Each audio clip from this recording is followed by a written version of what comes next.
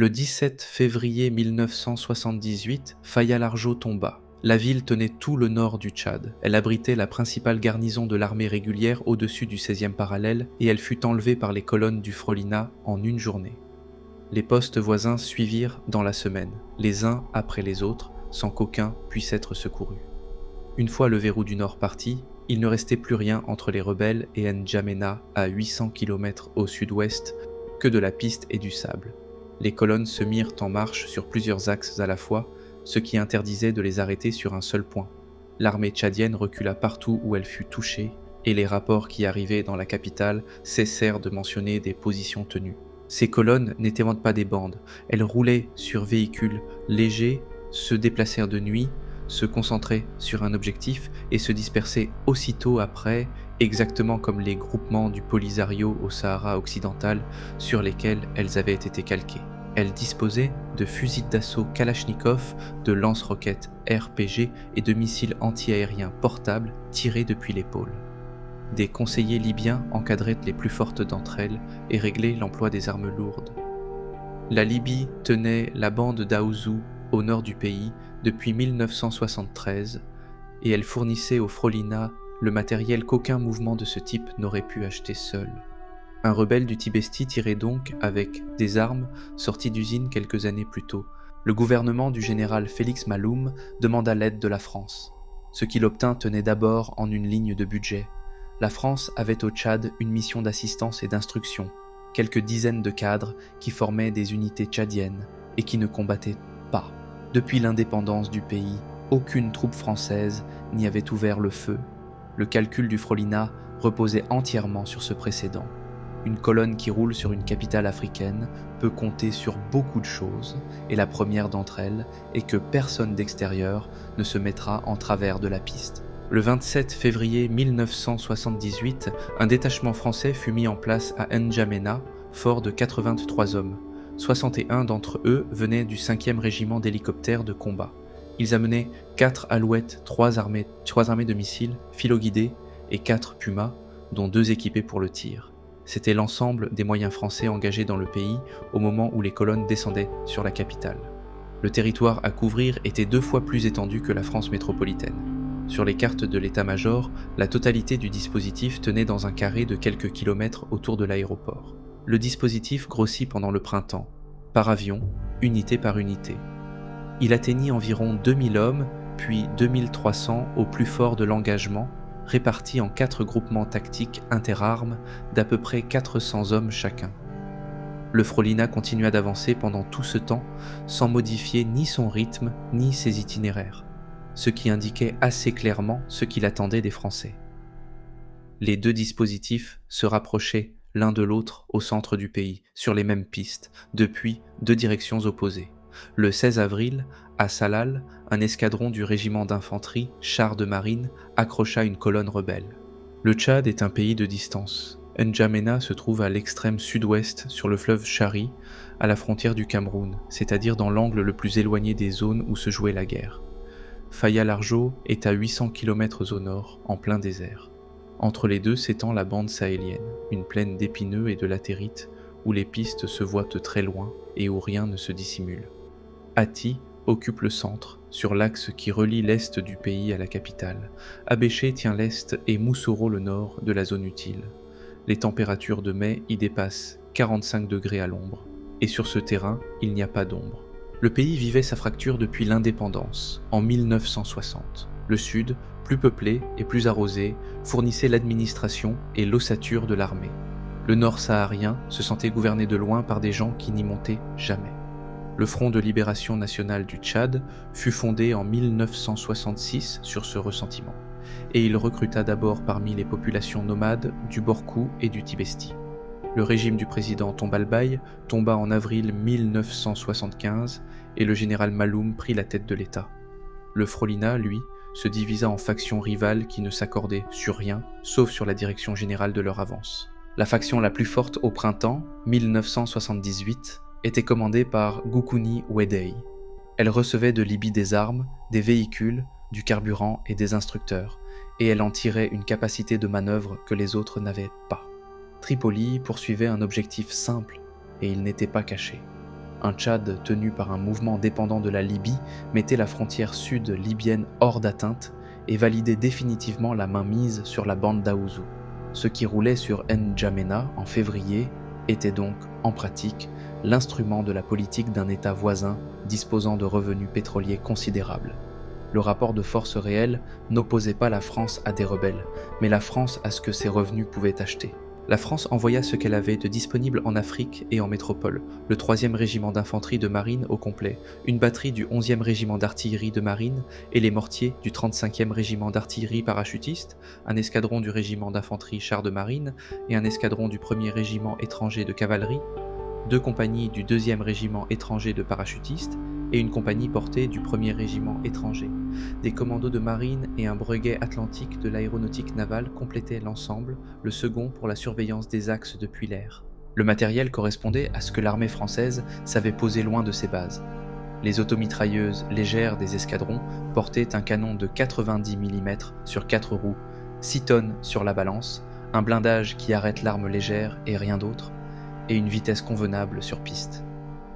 Elles étaient transportables par avion, ce qui, dans un pays sans voie ferrée ni route revêtue vers le nord, valait davantage qu'une protection sérieuse. L'aviation alignait 8 à 10 Jaguars basés à N'Djamena. Les Transals assuraient la noria entre la capitale et les terrains sommaires de brousse. Le premier escadron du 1er régiment étranger de cavalerie fut acheminé le 20 avril avec 3 pelotons de combat. Le groupement tactique interarmes était la clé du dispositif. 400 hommes environ, une base d'infanterie, un escadron blindé léger, une section de mortiers, du génie et des transmissions, le tout sous un seul chef qui décidait sur place. Une formation de ce type se déplace seule, se ravitaille pour plusieurs jours et engage un adversaire 2 fois plus nombreux sans attendre l'autorisation de personne. 4 de ces groupements couvraient un pays de plus d'1 million de kilomètres carrés. Aucun ne pouvait en secourir un autre en moins de 24 heures, et chacun le savait en partant. La règle de conduite qui en découlait tenait en une phrase « On ne s'engage pas à moitié, parce qu'il n'y a personne derrière ».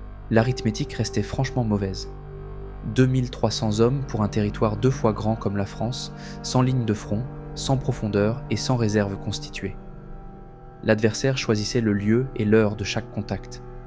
Il connaissait le terrain, il se ravitaillait sur place, et il pouvait se dissoudre dans les campements dès que l'affaire tournait mal. Un dispositif français étalé en poste aurait été mangé morceau par morceau, comme l'avait été l'armée tchadienne au nord. Le commandement fit l'inverse et garda ses groupements concentrés et mobiles, quitte à laisser des régions entières sans aucune présence pendant des semaines.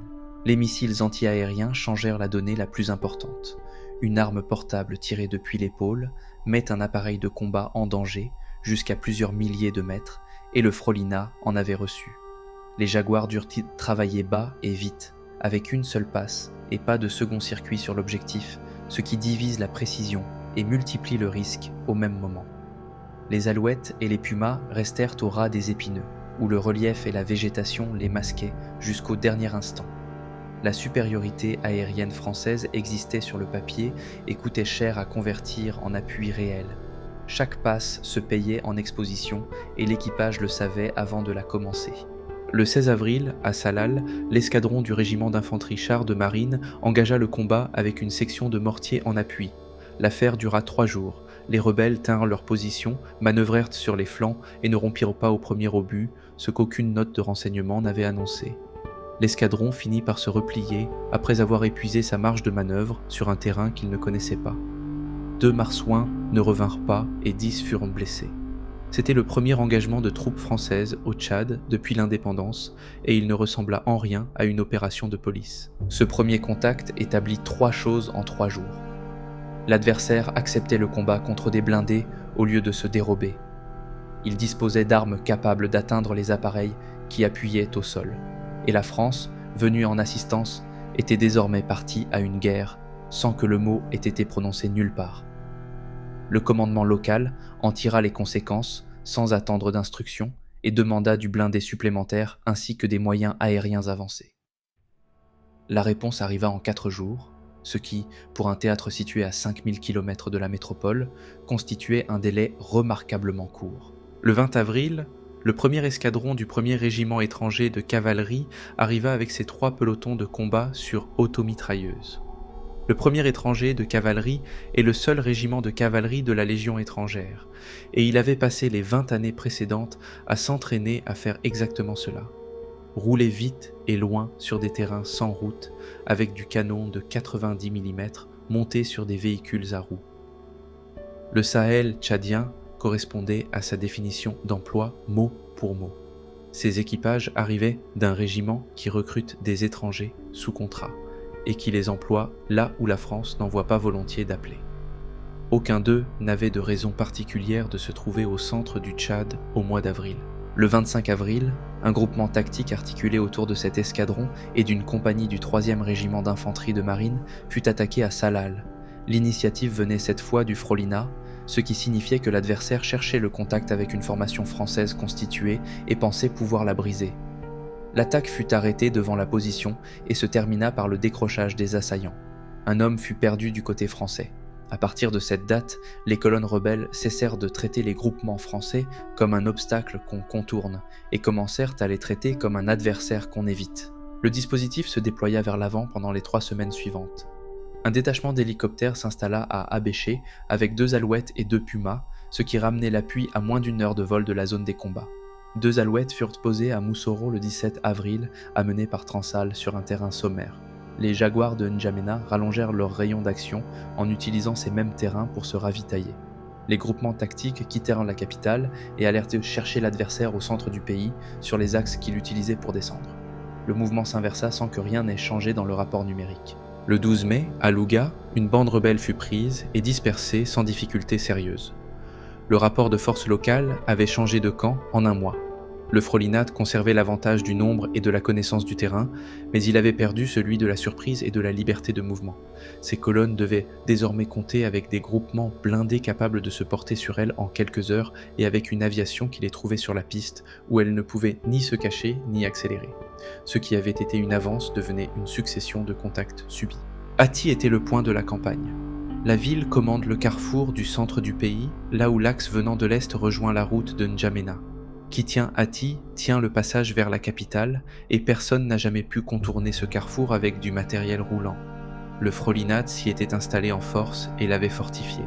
Positions creusées, obstacles disposés sur les accès, armes lourdes en batterie sur les issues et sur les axes de dégagement. La prendre supposait un assaut frontal contre un adversaire retranché, en terrain découvert par 45 degrés à l'ombre. Il n'existait aucune manière élégante de faire cela. L'attaque se déroula du 18 au 20 mai. Le 3e régiment d'infanterie de marine était en tête. Les Jaguars intervinrent en appui direct sur les positions, en passes uniques et à basse altitude, pendant que les automitrailleuses traitèrent les points durs au canon de 90, à vue et à courte distance. L'infanterie entra dans les positions par les intervalles ouverts par ce tir, section par section. En utilisant les trous que les obus venèrent de faire dans les parapets, le combat fut serré dès les premiers mètres et il ne se termina pas dans la journée. Les marsouins passèrent la nuit sur les positions conquises, à quelques dizaines de mètres de celles qui tenaient encore. Les rebelles tinrent leur terrain avec méthode. Ils avaient organisé la défense en profondeur. Ils disposaient de lance-roquettes contre les blindés et ils ne rompirent qu'après avoir perdu leur position principale une par une. Le nettoyage se fit position par position, avec de l'infanterie à pied appuyée par des automitrailleuses immobiles tirant en enfilade sur les parapets. La chaleur limitait le temps d'effort utile d'un homme chargé à quelques minutes, ce qui obligeait à relever les groupes d'assaut plus souvent que le combat ne l'aurait exigé. L'eau devint un facteur tactique au même titre que les munitions. La ville fut reprise le 20 mai. Le compte d'Hatti fut le suivant. Une centaine de combattants du Frolinat restèrent sur le terrain. Du côté français, 3 hommes ne revinrent pas, 2 du 3e régiment d'infanterie de marine et 1 du 1er régiment étranger de cavalerie, et 5 furent blessés. Le rapport entre ces 2 chiffres tient à 3 facteurs, et aucun n'est le nombre d'hommes engagés, l'appui aérien accepté au prix de l'exposition, le canon de 90 tirant à vue sur les points d'appui, et le fait que l'infanterie soit allée au contact au lieu de fixer l'adversaire à distance en attendant qu'il décroche. Les 3 relèvent de la même décision, prise avant l'assaut. Hatti coupa l'axe principal du Frolinat vers la capitale. Les colonnes qui descendèrent depuis février perdirent dans le carrefour qui leur permettait de se ravitailler et de manœuvrer entre l'est et le centre du pays. Ceux qui restaient de la poussée sur N'Djamena se trouvaient désormais obligés de contourner par des itinéraires plus longs, plus pauvres en point d'eau et parfaitement visibles depuis l'air. Le commandement français ne s'installa pas sur sa victoire et ne mit pas de garnison dans la ville reprise. Il repartit vers le nord chercher le gros de l'adversaire avec les mêmes groupements et sans temps de repos. Il le trouva le 31 mai à Djeddah, à 50 km au nord d'Ati. 500 combattants du Frolina y étaient rassemblés avec des conseillers libyens parmi eux. C'était la plus forte concentration rencontrée depuis le début de l'opération et elle était en position, pas en mouvement, ce qui signifiait qu'elle avait décidé de livrer bataille plutôt que de se dérober une fois de plus. Les groupements français engagèrent le combat dans la matinée, sans attendre de reconnaissance complète, pour ne pas laisser l'adversaire se disperser une fois encore. La journée décida de la campagne. Il fallut 6 heures. L'affaire se joua sur le même schéma qu'à Ati, en plus dense. Appui aérien en passe basse, canons tirant à vue, infanterie au contact, réduction méthodique des points d'appui les uns après les autres. Plus de 80 combattants du Frolina restèrent sur la position. Le rassemblement fut détruit comme formation constituée, et les éléments qui parvinrent à décrocher ne se reformèrent pas dans le secteur, ni ce mois-là, ni le suivant. C'est la différence entre disperser un adversaire et le démonter. C'est à Djeddah qu'un Jaguar fut abattu. L'appareil travaillait à basse altitude sur les positions, exactement dans la tranche où les armes portables sont efficaces, et il fut touché en fin de passe. Le pilote fut récupéré. 2 Jaguars au total furent perdus pendant l'opération et les 2 pilotes ramenés. Ce sont les seules pertes aériennes françaises de la campagne, et elles disent précisément quel était le prix d'un appui-feu contre un adversaire équipé par un État plutôt que par lui-même. Aucun mouvement rebelle africain n'abattait d'avions de combat avec ce qu'il trouvait sur place. Le mois de mai coûta 12 hommes à la France. Le Frolinat y laissa plus de 500 combattants. Une offensive partie de Faya-Largeau au mois de février, arrivée au centre du pays au printemps et donnée pour irrésistible par tous ceux qui la voyaient descendre, fut arrêtée puis démontée en 6 semaines par une force qui ne dépassa jamais 2300 hommes. Le colonel Michel Goya, qui a analysé la campagne dans le détail, appelle ce mois-là le mois de la foudroyance. Le mot désigne la vitesse, pas la facilité. Le résultat tient à la structure autant qu'aux hommes. Un groupement tactique interarmes met sous une seule main l'infanterie, le blindé léger, les mortiers et les transmissions, et il engage sans attendre personne. Contre un adversaire mobile qui se dissout dès qu'on le manque, cette autonomie vaut davantage que la masse, parce qu'elle supprime le délai entre le renseignement et l'action. Les colonnes du Frolina étaient reconçues pour éviter les armées lentes et pour les épuiser sur les distances. Elles rencontrèrent des formations qui se déplaçaient à leur vitesse et qui, une fois au contact, ne lâchèrent pas la prise. Ce que la campagne ne fit pas mérite d'être dit avec la même précision. Elle ne régla pas la guerre du Tchad. Le Frolinat conserva ses bases du nord, la Libye conserva la bande d'Aouzou et les factions rivales continuèrent de se combattre entre elles autant qu'elles combattaient le gouvernement. En août 1979, les accords de Lagos installèrent un gouvernement de transition qui ne tint pas la durée. La France avait gagné une campagne dans une guerre qui n'allait pas finir et les hommes qui étaient rentrés en garnison cette année-là le savaient déjà. L'opération Taco continua pendant 2 ans après le mois de mai. Le dispositif se maintint, se renforça en moyens aériens et couvrit la capitale pendant les affrontements qui suivirent. 4 avions légers d'observation arrivèrent en décembre, un 5e au début de l'année suivante, et 4 Pumas supplémentaires portèrent la flotte d'hélicoptères de manœuvre à 8 appareils.